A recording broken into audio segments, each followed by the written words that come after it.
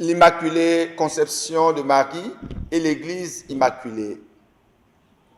Un point de vue théologique naïf sur l'actualité des abus dans l'Église. L'Immaculée Conception célèbre le triomphe de la grâce dans la vie de Marie, préservée du péché originel, et annonce donc ainsi la victoire de la grâce dans l'histoire de l'Église et de l'humanité. Marie est la pleine de grâce, Luc 1, 28. Il n'existe donc aucune part entre elle et le démon, Genèse 3, 15. Le plan de Dieu n'a pas échoué avec l'incident ou l'accident du péché originel, car la grâce l'emporte sur le péché. Bonne nouvelle pour notre vie personnelle et celle de l'Église. En quoi cette solennité de l'Immaculée Conception interpelle-t-elle l'Église, dont l'actualité semble marquée par la crise des abus? En nous invitant à adopter le mode du Christ et non celui du monde, l'Immaculée Conception présente Marie comme la personnalisation de l'Église. Elle récuse l'Église immaculée comme la communauté des nouveaux pharisiens et elle nous incite à aller à l'origine de nos maux. Marie, type de l'Église. Éphésiens 5, 27 dépeint l'Église resplendissante, sans tache, ni ride, ni rien de tel, sainte et immaculée. L'Ecclesia Immaculata a anticipé l'Immaculée Conception de Marie, qui en est alors la personnalisation. Entre Marie et l'Église existe une relation d'inclusion mutuelle. L'Église sainte et immaculée existe donc en personne et comme personne en Marie. Elle n'est donc pas une réalité fictive. Et nous devons être capables d'en contempler, d'en annoncer le mystère, même au cœur des ombres et pénombres de son histoire. L'Immaculée Conception nous invite à être sensibles, plus à la grâce qu'au péché, même sous la pression et l'oppression médiatique, qui cherche à annoncer ou à faire annoncer le mal ou à en faire la publicité. Ce qui est premier, c'est la grâce et non le péché. C'est le bon grain et non l'ivraie. Toutefois, dans le monde de notre temps, l'Église est confrontée à un grave défi, celui de contempler et d'annoncer la grâce, sans cesser de combattre l'ivraie et le mal. Tout défi est un appel à la foi et donc une provocation. L'Immaculée Conception présente Marie comme pure réponse à Dieu, correspondance totale à la volonté du Père. Cette même disposition est essentielle pour que l'Église sainte apparaisse ainsi au monde dans la fidélité à son Seigneur et Fondateur. Elle doit alors adopter la méthode du Christ et non la mode du monde. Envers et contre tout, elle doit rester le lieu de la miséricorde, qui ne banalise en rien la nécessité de la justice. Le Seigneur, en faisant miséricorde, établit en même temps la justice. Et son acte de justice est une modalité de sa miséricorde. Comment l'Église, corps du Christ, peut-elle alors, dans la vérité, aider la victime à guérir et à se reconstruire, sans cesser de prendre en charge le coupable, dont il semble risquer même d'évoquer la situation aujourd'hui?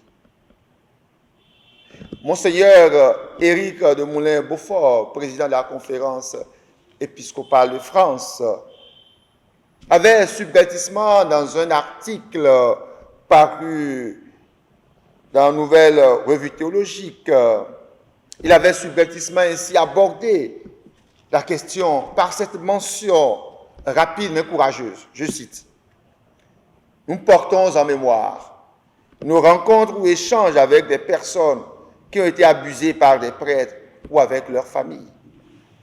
Nous pensons aussi aux prêtres coupables. Ils sont nos frères et nous avons à les porter. Fin de citation. Mieux, comment l'Église peut-elle suggérer, quand c'est possible, aux victimes, lorsqu'elles y consentent, de faire ensemble avec leurs coupables un chemin de réconciliation dans la vérité à la suite du Christ?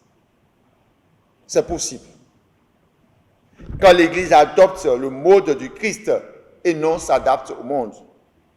La prière eucharistique numéro 2 pour la réconciliation.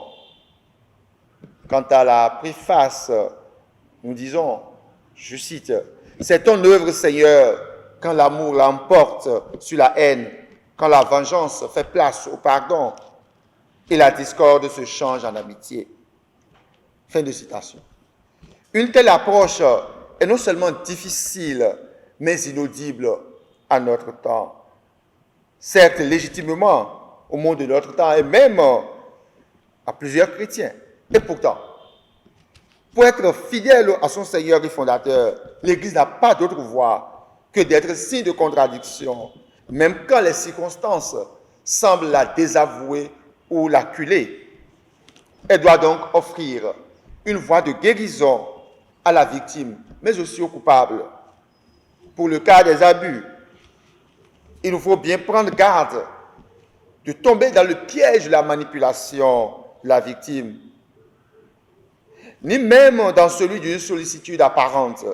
Il faut plutôt un engagement vrai pour sa protection et sa valorisation en lui offrant des chemins de guérison. Cette réflexion de Monseigneur André Léonard, ancien archevêque de Malines-Bruxelles, cette réflexion qui avait suscité la polémique mérite l'analyse. Je cite. Est-ce qu'elles, les victimes, souhaitent vraiment qu'un prêtre de 85 ans soit maintenant tout d'un coup mis au pilori, décrié publiquement? Je pense que la plupart ne souhaitent pas ça. Fin de citation. Il craignait ainsi le risque d'une sorte de vengeance qui n'a plus aucun résultat concret. Il ajoutait, est-ce une solution humaine?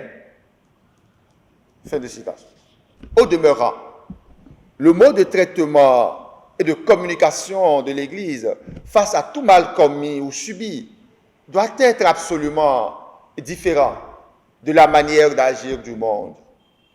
L'Église ne peut ignorer la guérison du coupable, comme le soulignait à sa manière la lettre de Benoît XVI aux catholiques d'Irlande le 19 mars 2010, dont je lis ici un petit extrait.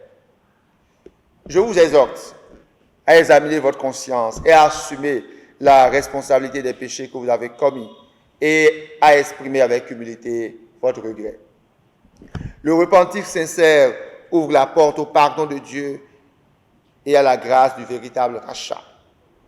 Le sacrifice rédempteur du Christ a le pouvoir de pardonner même le plus grave des péchés et de tirer le bien également du plus terrible des maux. Dans le même temps, la justice de Dieu exige que nous rendions compte de nos actions sans rien cacher. Reconnaissez ouvertement vos fautes. Soumettez-vous aux exigences de la justice, mais ne désespérez pas de la miséricorde de Dieu. Fin de citation. De nouveaux pharisiens dans l'Église. L'Église sainte ne peut être la communauté de nouveaux pharisiens. Ceux-ci, comme leurs ancêtres, qui s'indignaient que Jésus soit allé chez Zachée, indexent le mal des autres, réclament ou publient le nom des pécheurs afin de ne pas être assimilés à eux. Ils sont omnibulés par l'amour de la justice. Or, Jésus offre bien plus la justice de l'amour. Certains, ainsi scandalisés par le mal, refusent même de continuer à aller à l'église. D'autres se demandent peut-être légitimement comment des ministres au passé peu reluisant, avec de si graves erreurs et péchés dans leur vie passée, aient pu accepter de hautes responsabilités ecclésiales. Mais aurions-nous plus investi dans les célébrations de l'émotion que des célébrations de la foi. Une faute dont la peine a été purgée exclut-elle absolument de la présidence de la prière, de la célébration publique des sacrements? Mais alors, comment Jésus ait pu confier son Église à Pierre le renégat ou associer Paul et tous les autres apôtres à son œuvre de salut? Si jadis, quelques-uns ont tenté de taire le mal pour protéger l'institution, aujourd'hui, notre tentation ne serait-elle pas de nous protéger de nos frères? La controverse entre Saint-Cyprien et Novatien quant à la réintégration des lapsis repentis relevait de la foi. Et pourtant, la voie de l'Église préconisée par Saint-Cyprien était le choix de l'Évangile. Aujourd'hui, les questions de foi paraissent périphériques et pourtant que de dommages causés par le manque de foi. Ne plus confesser la vraie foi ou appartenir aux loges ésotériques apparaîtrait bien moins grave que les questions de mœurs. Et même dans l'ordre des questions morales, avorter serait peut-être moins grave qu'un abus. Pour notre temps, l'Immaculée Conception nous presse plutôt de prêcher la grâce de la foi et non le péché. Or, de nos jours, tout semble se focaliser juste autour du péché et de sa publicité. Et si le démon se jouait certainement de nous, nous annonçons le péché et sa publicité au lieu de prêcher la grâce. Dans des communications, même officielles, relatives au scandale des abus de ces derniers temps, le terme « colère » revient dans plusieurs expressions. Un jeune ami journaliste, pourvu de son Sensum Fidelium, me demandait alors un jour, je cite, « colère, colère, colère. Mais ne nous enseignez-vous pas pourtant que la colère est un péché capital ?» Fin de citation. Ces formes de communication traduisent-elles vraiment l'esprit de l'Évangile ou seraient-elles juste pour contenter le monde? Mais non, le monde n'est pas dupe. L'Église des signalisations sans présomption d'innocence et des mesures conservatoires sans écoute attentive préalable. L'Église des appels à témoignage de potentielles victimes d'un clerc abuseur offre-t-elle la garantie au monde ou à son Seigneur? Un seul cas d'abus dans l'Église sainte reste un scandale à combattre avec la plus faible rigueur. Mais le cas de quelques-uns en proportion infime n'autorise pas à évoquer un mal systémique de l'Église. En France, par exemple, la conférence épiscopale a mis en place une commission indépendante pour évaluer le mal des abus sexuels dans l'Église. C'est une approche. On ne peut pas non plus se polariser ou se focaliser sur le rapport Sauvé, comme si ce mal était le propre de l'Église, même si celle-ci doit toujours se convertir au Seigneur. Ecclesia purificata, semper purificanda. D'ailleurs, les proportions l'attestent. Même si un seul cas dans l'Église reste un scandale, mutatis mutandis, au regard du traitement fait à ce mal dans l'Église, serions-nous dans la situation de les animaux malades de la peste de La Fontaine? Peut-être que la surmédiatisation des abus dans l'Église poursuit d'autres objectifs inavoués et ainsi déploie un plan en téléchargement lent.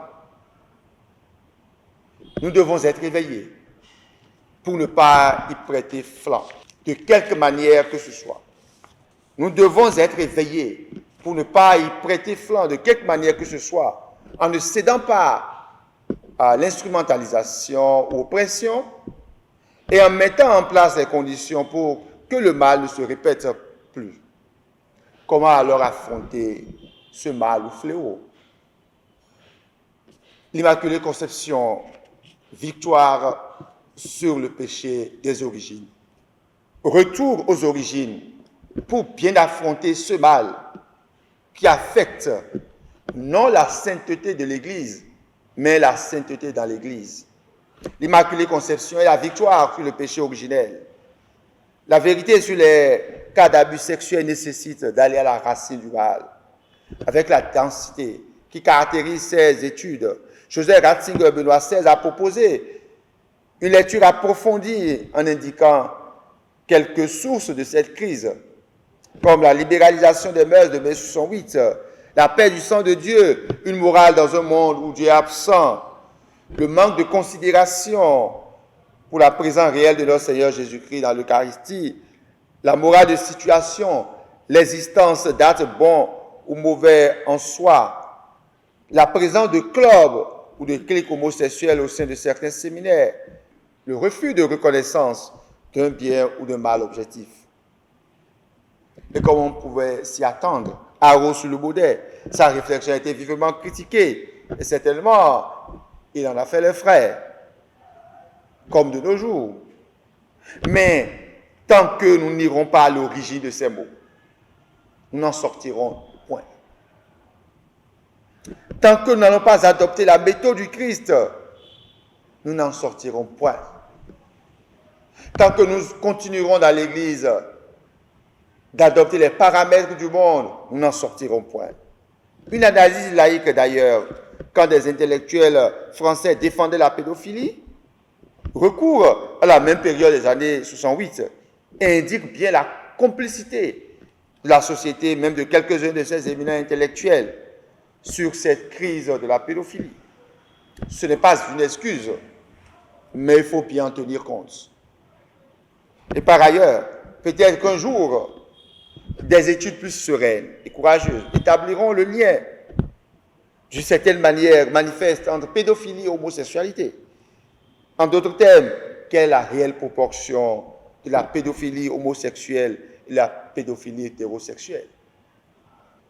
Et pour finir, les temps que nous traversons ne sont certes pas faciles. Et surtout pour ceux qui doivent prendre des décisions souvent graves qui touchent la vie des personnes en Église. Nous devons retrouver le courage de combattre le mal à la manière du Christ et non selon les paramètres du monde. La tolérance zéro est-elle évangélique? Et il est bien vrai que la douleur des victimes ne peut être prescrite, mais elle peut être transfigurée. Et le Christ confie à son Église aujourd'hui le ministère de cette transfiguration de la douleur et des blessures. En Église, notre manière de traiter ces péchés commis il y a des décennies, par exemple, était l'expression d'une foi en la conversion que nous sommes appelés à annoncer. Et si le clerc qui a mal agi et qui a péché s'était converti, peut-être si un jour nous apprenions que quelqu'un qui a été canonisé eût été coupable à un moment de sa vie d'abus, inventerions-nous un rite pour le retirer du ciel? Absurdité.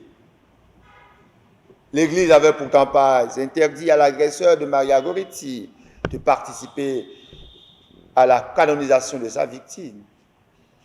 Combattre le mal à la manière du Christ consistera, entre autres, à refuser à la société et même aux victimes la procuration de l'accès à la justice civile à un clerc coupable. Doivent s'appliquer par l'Église les peines ecclésiastiques prévues par le droit canon, dont la loi suprême est la salus animarum, le salut des âmes. Mais informer le procureur, selon quelques protocoles, ne relèverait pas absolument du rôle du ministère des supérieurs ecclésiastiques, à moins qu'ils n'aient désormais la conscience d'être devenus des agents de l'ordre public. Quand ils sont informés par la victime, ils doivent indiquer à celle-ci d'aller se plaindre elle-même au procureur et n'y mettront aucun obstacle. À céder sur des procédures, on finit par céder sur les fondements. Les relations ecclésiales sont bien plus que des relations fonctionnelles ou administratives. Aujourd'hui, l'Église a besoin d'authentiques pasteurs et non des administrateurs. L'Église immaculée souligne que Marie doit son salut à Dieu seul. Le puissant fit pour moi des merveilles. Saint est son nom, chante-t-elle dans son cantique d'action de grâce, le Magnificat. De même, le salut de l'Église et de l'humanité se trouve en Dieu seul. Combattre le mal à la manière du Christ est possible quand l'Église est référée à son Sauveur et à son Fondateur, à sa tête qu'est le Christ. Depuis un certain moment, on le vend en poupe des penseurs ecclésiastiques qui ont réduit de manière horizontale la théologie en anthropologie. La centralité du Christ et de Dieu disparaît dans plusieurs réflexions théologiques et donc dans la manière de vivre et de célébrer la foi, les orandi, les credendi. Certes, par l'incarnation, l'homme devient la route de Dieu et de l'Église, mais cet homme doit être évalué. En vérité, à la mesure de l'Ecce Homo, voici l'homme, le fils de Marie, l'Immaculée Conception.